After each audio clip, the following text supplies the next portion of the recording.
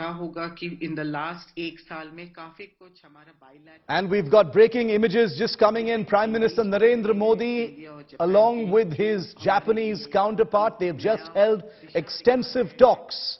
Fumio Kishida is the Japanese Prime Minister who arrived yesterday. Both leaders have held that expansion of ties is important for a peaceful, stable and prosperous Indo-Pacific, besides benefiting the two countries in diverse areas. Remember, under Prime Minister Modi, Indo-Japanese ties have expanded and escalated in a very, very positive manner.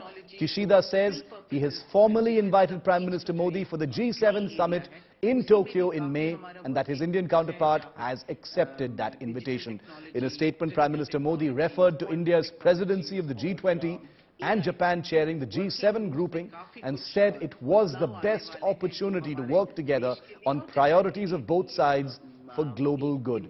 Two major democracies, two ancient civilizations, two countries that have shared a strong political, economic and cultural bond over decades and centuries, a relationship that has been marked by personal bonhomie between Prime Minister Modi and Prime Minister Kishida's predecessor Shinzo Abe, is something that clearly is being seen to be carried forward now.